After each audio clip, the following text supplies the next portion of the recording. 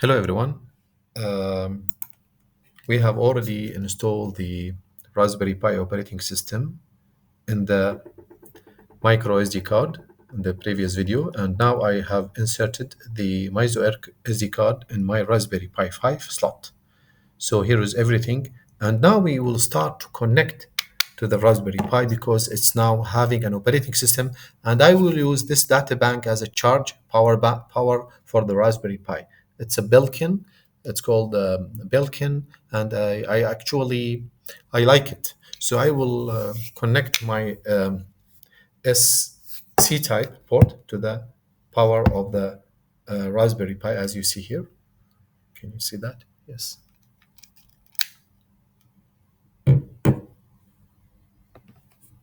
see, start working from this power bank. In order to start connecting with our Raspberry Pi, we need to use our CMD prompt command. So I will write in my search area here CMD, and I got this CMD screen. Actually, this will we will use the uh, Linux SSH command to connect to the Raspberry Pi. It will take some time for the startup of the Raspberry Pi, so like 2 minutes.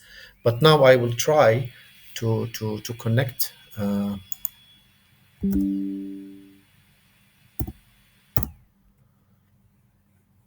I need actually maybe the screen will be good.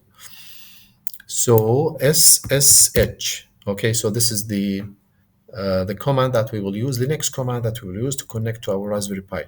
Please, you need to remember the username. It was pi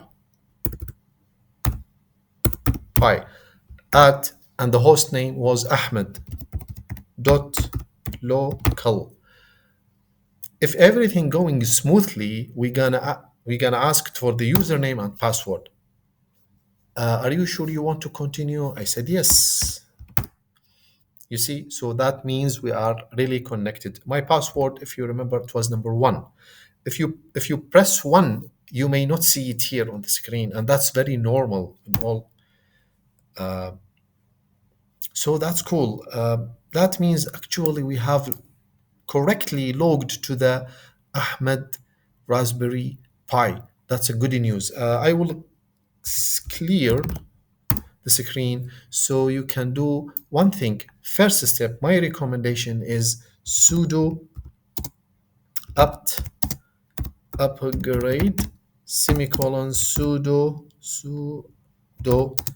apt update. Please try to use these two Linux commands every time you use, not every day, like every 2 or 3 days, and press enter. You will get the latest update files from the source, and you will be all the time updated. That's my recommendation. I will pause for a while until we get the finalize of the just I would like to share some of the progress of the updating of the files in my Raspberry Pi 5. So this is part of the accuracy of your Pi. So I strongly recommend it to do that until we finalized all the latest files and update. As you see here, I will I will pause, and then we will back when it is reading finish. All done. So we have update all the packages now. So I think clear is good. Um, we need to install some important.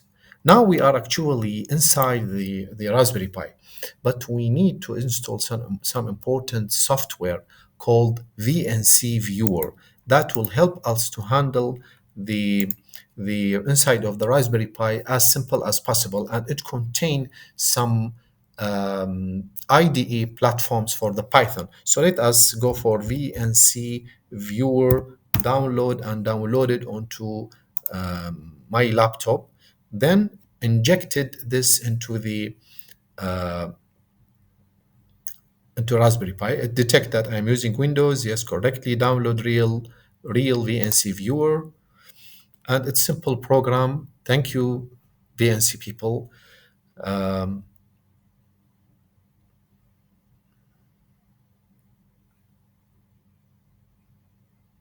okay, everything is fine. So you see, this is a very simple program. It's about like 12 mega. Double click. Okay, next, accept, next, next, install. So it will be installed on my computer, and this will simplify the task of working with the. So this is actually the VNC viewer, and for now we cannot connect to the VNC viewer for now, but we can do one thing. We can enable the VNC viewer. Sorry.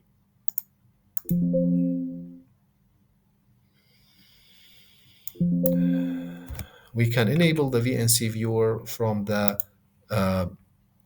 So how can we enable the VNC viewer here from the prompt? We are inside the Pi, so we will do one thing. We said sudo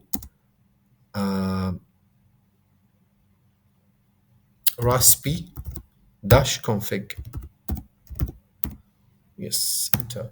So as you see here, we will go to the interface options, enter, and you see here it is VNC. So it is recognized by the Raspberry Pi company itself. So we can go and press enter, and we will go. It's asked me, would you like to VNC server to be enabled? I will said yes, and now it is taking the action. So VNC viewer is enabled, enter, and now you can go for the right arrow to go to the select and finish. I am pressing the right left arrow, finally finish. So everything is fine with the VNC viewer. So VNC viewer is activated. After activating the VNC viewer, we need to connect our Raspberry Pi through the VNC viewer. So I will use that. Go to the VNC viewer. We already installed the VNC viewer. So this is the screen. Actually, he was asking me to sign in, but I refused to sign in. Thank you, VNC viewer, but I don't want to sign in. Here, what you need actually to write the host name, which is Ahmed. Enter. Continue. Username and password pi tab 1. Okay, actually now we are inside the Raspberry Pi, but in the way of um, like similar to the MS Windows. It's very nice and very easy platform to interact with.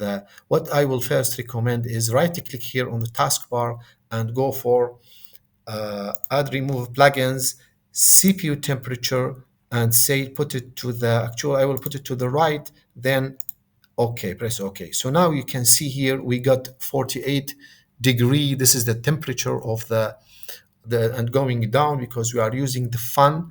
So please make sure that all the time you are monitoring your temperature.